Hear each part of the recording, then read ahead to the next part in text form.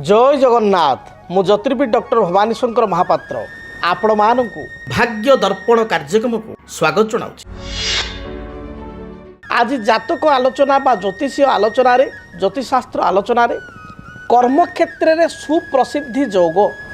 अच्छा, कर्म रे सुप्रसिद्धि जोग कौन बा जड़े व्यक्ति विशेष कर्म क्षेत्र रे किपरि सुप्रसिद्धि प्राप्ति करि परिबो बा कर्म क्षेत्र रे माइनस रु बा जीरो रु संघर्ष करी गोटे टॉप पोस्ट रे बा टॉप लेवल रो पोस्ट रे से पहुँची पारिबो, से जगार जाइकरी निजर स्थिति ख्याति को बा प्रतिष्ठा को जाहिर करि परिबो, से संपर्कित आज हूँ आलोचना।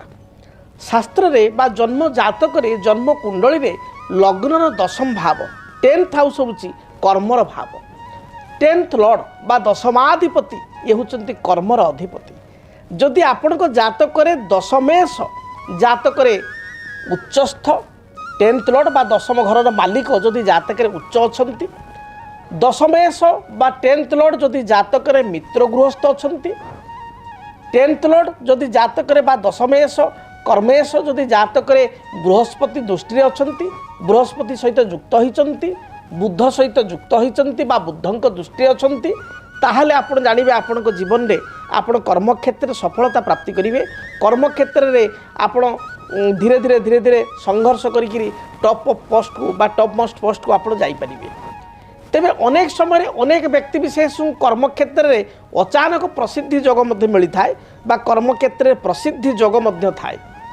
शास्त्रे कहा जाए दशम भवन नाथ केन्द्र कोणे धने बा बलवत जदि जात क्षेत्र सिंहासनम भवेत। अर्थात जदि दशम भवन नाथ 10th लॉर्ड, दशम भवन अर्थ दशम घर मालिक जदि केन्द्र अर्थात केन्द्र कहले 4 7 10 आपण को जातक रे 4 7 10 लग्न ठारू 1 ठारू 4 रे थिबे दशम अधिपति, 7 रे थिबे बा 10 रे थिबे केन्द्र कोण बोली कहले एकटा कोण भी बुझेबो, 5 केन्द्र भी बुझेबो, 5 होची कोण, 9 मध्य होची कोण। केन्द्र स्थान को आमे कहू कोण ना विष्णु स्थान, कोण स्थान को लक्ष्मी स्थान। तेणु केन्द्र कोणे धने बा धन अर्थ होची द्वितीय स्थान जदि रहिबे कर्माधिपति बा दशमाधिपति जदि आपण जातक 2 नंबर घरे अछंती 10th लॉर्ड दशम भवन नाथ केन्द्र कोणे धने बा बलवत जदि जात खाली रहिले तो हबो नहीं, बलवान है कि थिबे से दशमाधिपति आपणकर लग्न रे चतुर्थ रे सप्तम रे दशम रे धन अर्थ द्वितीय घरे थिबे, मात्र शत्रु घरे नथिबे, शत्रु ग्रह कौन से अशुभ ग्रह दृष्टि नथिबे, ताले केन्द्र कोणे धने बा बलवत जदि जात अर्थात बलवान होइकरी जदि रहिले ताहले क्षेत्र सिंहासनम भवेत। अर्थात आपण आज गोटे ऑर्गेनाइजेशन रे जॉइन करिसंती गोटे कम पोस्ट रे छोट पोस्ट रे बा आपण कहि परिबा गोटे साधारण पोस्ट रे जॉइन करिसंती, खूब शीघ्र 5 वर्ष 10 वर्ष भितर आपण से ऑर्गेनाइजेशन रो टॉप लेवल पोस्ट को आपण जाई परिबे।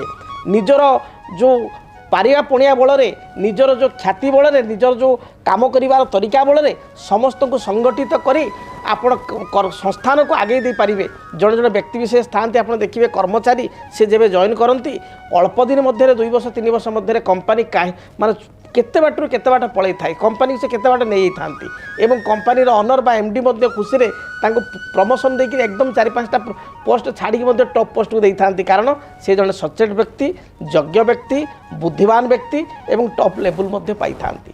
तेणु आपण माने जानिले कर्म क्षेत्र रे सुप्रसिद्धि जोग किपरि थाए सृष्टि होई थाए बा केउ ग्रह जोग थिले जड़े कर्म क्षेत्र रे निज क्रेडिबिलिटी रे ओन क्रेडिबिलिटी रे निजर जश प्रतिष्ठा द्वारा बा बुद्धि विद्या द्वारा केमिति टॉप पोस्ट को से खूब शीघ्र अचीवमेंट होई थाए पाई थाए से संपर्क जानिले। जदि आपणक जीवन रे व्यक्तिगत पारिवारिक समस्या कर्म क्षेत्र नियुक्ति वैवाहिक समस्या वास्तु दोष एवं माली मकदमा आदि समस्या थाए ताहेले समस्यार समाधान और परामर्श पाई आमकु जोगाजोग करंतु। ज्योतिर्विद doctor Bhabani Shankar Mahapatra, Budheswari colony, plot number 26, Bhubaneswar. Phone number 9776833302 9439444924। आमर वेबसाइट www.srijagannathastro.com। କେମିତି କଟିବ 2026 ମସିହାରେ ଆପଣଙ୍କ ଭାଗ୍ୟ। କେଉଁ ରାଶିରେ ରହିବ ସମସ୍ୟା ଆଉ କିଏ ହେବେ ଲାଭବାନ? କେମିତି ରହିବ ମେଷଠାରୁ ମୀନ ରାଶି ପର୍ଯ୍ୟନ୍ତ ଭାଗ୍ୟଫଳ? ଜାଣିବା ପାଇଁ ଦେଖନ୍ତୁ ଆମ କାର୍ଯ୍ୟକ୍ରମ 2026 ଭାଗ୍ୟଫଳ। 2026 ମସିହାର ଆପଣଙ୍କ ରାଶିର ସମ୍ପୂର୍ଣ୍ଣ ଭାଗ୍ୟଫଳ ଜାଣିବା ପାଇଁ ଚ୍ୟାନେଲକୁ ସବସ୍କ୍ରାଇବ୍ କରନ୍ତୁ, ବେଲ୍ ବଟନକୁ ଅନ୍ କରନ୍ତୁ। ଦେଖନ୍ତୁ DTV ଓଡ଼ିଆ। DTV ଓଡ଼ିଆ ଦେଖିବା ପାଇଁ ସବସ୍କ୍ରାଇବ୍ କରନ୍ତୁ ଏବଂ ବେଲ୍ ଆଇକନ୍କୁ ମଧ୍ୟ ଦବାଇ ଦିଅନ୍ତୁ।